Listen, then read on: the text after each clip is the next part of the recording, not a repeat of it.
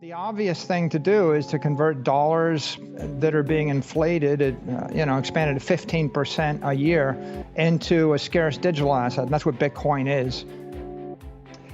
Well, I think in the current macroeconomic environment, most corporations are beginning to realize that their cash is going to be a depreciating asset, and they need to turn their balance sheet into an appreciating asset. So, Michael Saylor explains how an avalanche of institutional money is coming for Bitcoin. Also, make sure to stick around to the end to see perhaps the biggest Bitcoin news that has come out in the last 24 hours. We are seeing institutional interest like never before, and this recent news is extremely bullish for Bitcoin. Also, only a tiny percentage of people who watch my videos are actually subscribed. If you enjoy the video, consider subscribing. It's free and you can always change your mind. Enjoy the video.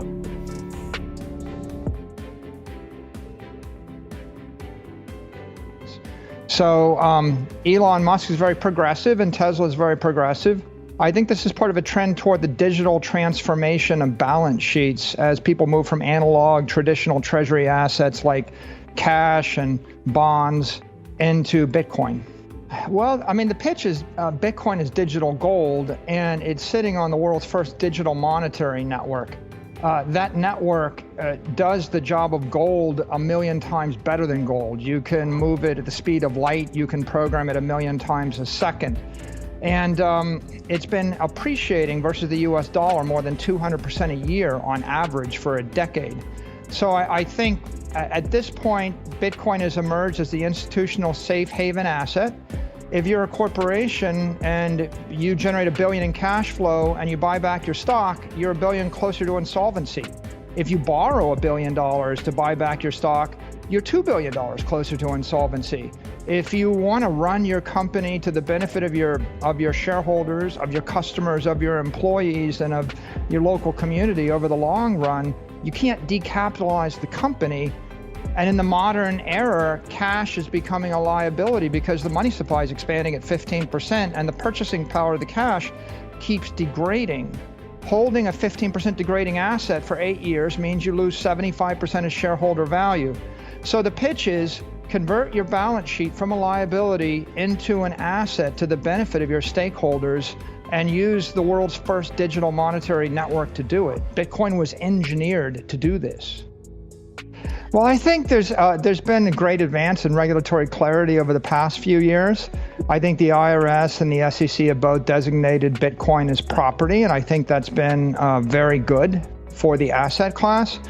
I think that we can expect a few more regulatory advances that'll provide more clarity, and as Bitcoin approaches regulatory parity with other types of assets like stocks and bonds and gold, I think it's going to remove the few remaining barriers that have given institutions pause. I think 1,000 institutions, 1,000 corporations started adopting Bitcoin as an asset for investment in the past 12 months. I think there'll be an avalanche of thousands more that'll be coming as they start to see that this is a very high quality treasury reserve asset on parity with other assets. Well, I don't think Bitcoin is going to take on the US dollar. I think that cryptocurrency is a misnomer. Bitcoin's digital gold. What Bitcoin is doing is rapidly replacing gold as a non-sovereign store of value. We've already got something on the order of 120 to 150 million people in the world using Bitcoin as digital gold. I think that number is going to rapidly march through 200 million, and we'll have 1 billion people that want to hold digital gold on a mobile device in the next 5 years. So when you think about it, I think the right way to think of it is I want to convert my long-term treasury reserves into something which is 1,000,000 times better than gold that moves at the speed of light. And it doesn't matter if you're a company or you're an individual or an institutional investor, they all have the same problem, which is how do I preserve my monetary energy over long periods of time? Expenditures day to day that you would normally do in dollars, people will continue to do in dollars. The payment rails are going to be MasterCard and Visa and PayPal and Square Cash. The euro and the dollar are going to do just fine. I think that the people that ought to be really concerned are gold bugs. Anybody that's storing their money in gold is got a big bullseye on their forehead, and that's at risk. I think the millennials, they discover things quickest. I mean, it was college students that found Facebook, but eventually everybody joined Facebook.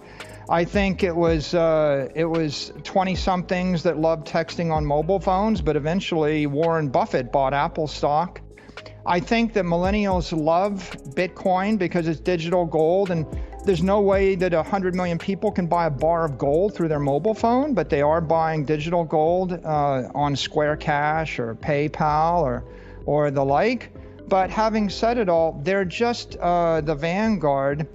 Eventually, the entire society is going to buy this.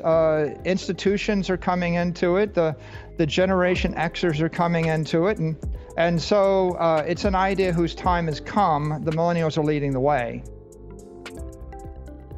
Now, this news that has just come out in the last 24 hours regarding Blackrock, which is the world's largest asset manager with $8 trillion, not billion, trillion dollars under management, are beginning to invest and dabble in Bitcoin. This news hasn't been digested yet by the market, and this is extremely bullish for Bitcoin for 2021. Watch this clip of their managing director and chief investment officer and pay attention to his body language. He can barely contain his smile as he talks about BlackRock beginning to dabble in Bitcoin. Just how much have they been buying up? So Bitcoin bulls say 1%. Even just as a hedge against money printing, put 1% into Bitcoin. I'm trying to figure out what 1% of 7 trillion would mean for Bitcoin. That would be. What are you doing? Are you doing anything? Are you recommending anything? What's BlackRock got in the works for Bitcoin? Go ahead.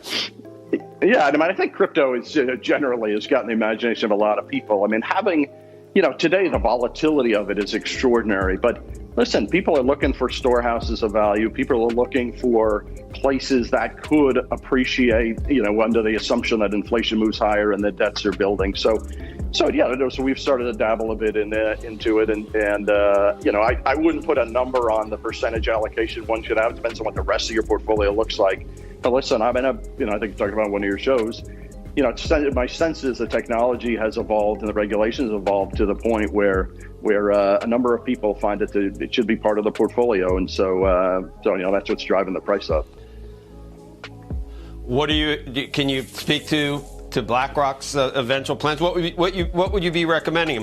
You're not as old as Mellon. You got a lot more money, but that's one of the oldest banks around. They saw fit to make a comment. What do you think will happen down the road? So, I mean, I'm not in a position to make recommendation on that. And so, listen, I think some people holding it as a storehouse of value and diversifying your portfolio. Listen, the one thing I've owned, and I think somebody said on one of the show I was on with you guys recently, we're holding a lot more cash than we've held historically. It's because duration doesn't work, interest rates don't work as a hedge, and so diversifying into other assets makes some sense. And so, holding some portion of what you hold in cash and things like crypto is seems to make some sense to me. But I wouldn't espouse a certain allocation or target holding. This is huge news for Bitcoin. Just like Michael Saylor laid out, corporations, for the sake of their stakeholders, need to take cash, which is being devalued at 10 to 15% a year, off of their balance sheet and into the apex asset, Bitcoin. We're going to see BlackRock do it. Motley just announced that they are doing it. Others will follow. When Michael Saylor, Elon Musk, Jack Dorsey, Chamath Palihapitiya, Ross Stevens, Cathie Wood, Stan Druckenmiller, Paul Tudor Jones, Raoul Paul are all putting their money into Bitcoin, what does this say to you? What does it tell you when the smartest people in the room are all doing the same thing? Are you going to ignore it, or are you going to join the avalanche of money coming for Bitcoin? As always, guys, have a great day.